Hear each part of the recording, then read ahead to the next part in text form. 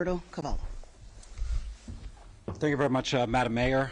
To the leadership represented here today and to the workforce members and the parents of children who anxiously are awaiting a decision regarding schools tomorrow, we are about to announce so. I want to begin by saying we make these decisions after going through a significant number of considerations. It is not an easy decision to make. We know the impact that closing of schools brings to our community. However, let's consider this. The peak of this storm will take place in the middle of the night, depriving us of our ability to inspect schools or determine access to schools to be safe. As early as 5:30, 6 a.m., we have students usually walking to school. Without the ability to inspect schools or the access to schools, we cannot determine if there are power lines down or tree limbs down, potentially bringing injury or worse to our students or workforce. We have bus drivers who report to work as early as 4:30 in the morning. That is when some of the worst conditions are expected to take place. In addition to that, we cannot safely operate our bus fleet that transports in excess of 30,000 students every single day with wind speeds at 35 miles an hour or higher. We expect speeds well in excess of 35 miles an hour, in fact, gusts reaching 70 miles per hour. And the last point, a significant percentage of our workforce does not live within the jurisdiction of Los Angeles. The ability of those workforce members, ranging from bus drivers to custodial staff to maintenance individuals to teachers themselves, may be compromised because of the impact that the storm will have in their local communities. I know some of you will wake up tomorrow morning and will say, in my neighborhood, everything is okay.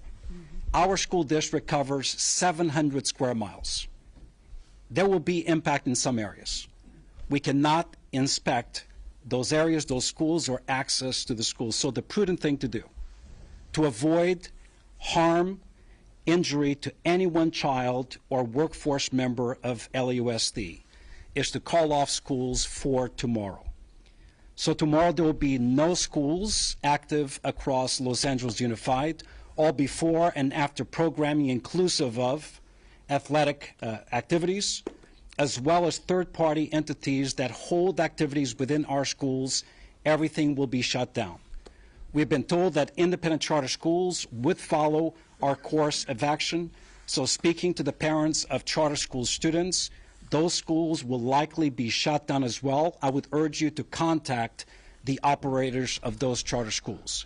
We expect full resumption of all educational services beginning Tuesday morning as scheduled. For tomorrow, we're asking our workforce, particularly certificated leadership at the school sites, principals and assistant principals, as well as maintenance, operation personnel, and custodial staff to report to schools around 10 o'clock in the morning. If you have difficulties leaving your house, accessing the school, contact your supervisor. It is important to determine the viability of those facilities prior to Tuesday. In addition to that, we expect and will be advising our teacher colleagues to load assignments around 10 o'clock in the morning for asynchronous learning opportunities across Los Angeles Unified.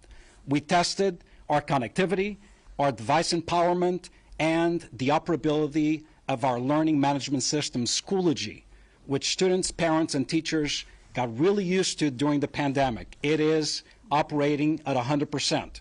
Materials have been loaded, resources are available. The last point, senior leadership is expected to report both to central office as well as regional offices.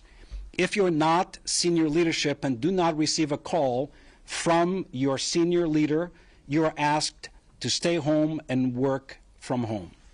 80% of our kids depend on free and reduced lunch programs, which in our district, thanks to the state, we provide for free for every single student. That is why we will be posting online and make available to the media distribution sites for grab-and-go food sometime tomorrow afternoon for the benefit of our communities. Again, we'll wake up tomorrow with some degree of criticism. We stand by our decision. There is no way we can compromise the safety of a single child or an employee, and our inability to survey buildings, our inability to determine access to schools makes it nearly impossible for us to open schools. The last point, I come from a coast where we dealt with a lot of hurricanes. I've dealt with a lot of closure of schools over the years. The trigger in most communities is if a community is under a tropical storm warning, automatically schools shut down, no question. That is sufficient.